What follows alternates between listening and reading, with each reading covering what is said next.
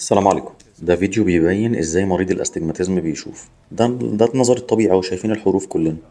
هيبدأ بقى يحط عدسات استجماتيزم، وصلنا لدرجة شوف الحروف ما بقتش باينة، درجة ونص كل شوية هتلاقي ان الصورة بقت مشوشة، الحروف اللي كانت واضحة ما بقتش واضحة خالص.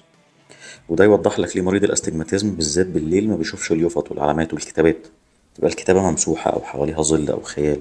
وكمان هو بيكون بيشتكي من صداع، والسواقة بالليل طبعا بتكون سيئة جدا. شوف عند 4 درجات اللي بنسميه استجماتيزم عالي، انا مش قادر احدد اي حرف من الحروف اللي كانت مقروءة قبل كده. ومرضى الاستجماتيزم بقى يشوفوا وضوح اول صورة خالص اللي هي بدون استجماتيزم، ويقارنوا بالحالة بتاعتهم بالذات لو مش بيلبسوا نظارة ومش بيحافظوا عليها.